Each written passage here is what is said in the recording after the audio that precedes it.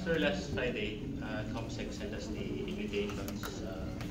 Firstly, retired PNP chief, PNP chiefs.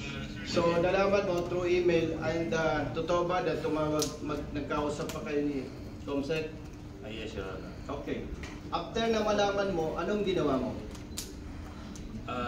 Sir, I requested our department to force through the communication to PRBS dahil retired na po yung mga officers natin. Hindi, wag yun ganun sagot mo.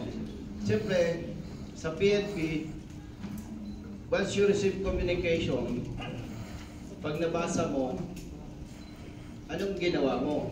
Pinadala mo ba? In-endorse mo ba sa higher headquarters? O ano? Sabihin mo. Yes, sir. I requested our department to ipadala po sa right unit ng PNP. Okay.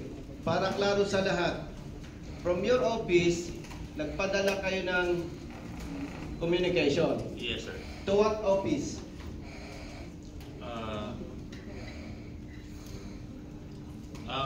Last Hindi, wag ganon.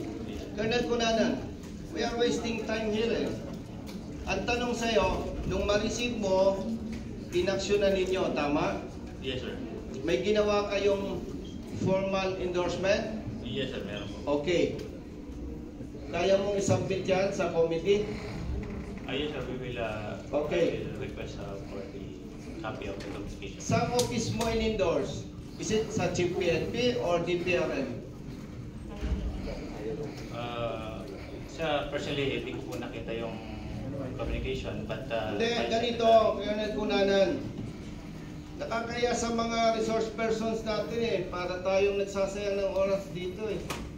Gusto kong maklaro, from your office, gumawa kayo ng formal endorsement. Yes, sir. Doon sa letter Yes, or sir. invitation.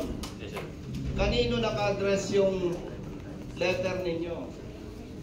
Sir, though I haven't seen personally. Sabihin mo lang diretso, gumawa kayo, hindi. Sir, gumawa po kami, sir. Kanino naka-address? Sir, kay Chief PNP, sir, kasi... Okay, Sir. wag nang kasi limited time Yes, tayo. sir. So, naka-address kay Chief PNP. Siyempre, pwedeng for the Chief PNP, attention DPRM. Meron pa bang ibang office concern kung saan mo pinadala o direkta sa office of the Chief PNP? Sir, kay TCDS, sir. O, DCDS.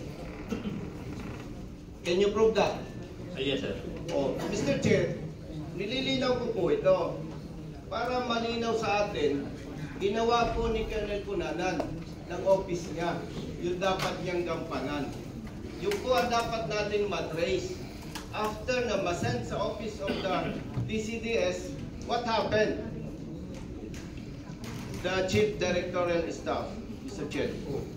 So, kasi po, kung babakbakan natin si Colonel Cunanan halimbawa, pati yung major na legal officer, parang mali.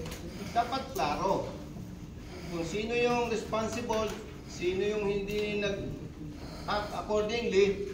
Yun dapat, Mr. Chair, ang mabigyan ng show cause order. Kasi kawawa yung ibang junior officers eh. Namimilipit, hindi alam ang sasagot eh. So for that matter, Mr. Chair, malinaw po na ginawa ni Colonel Cunanan from his office, yung trabaho nila.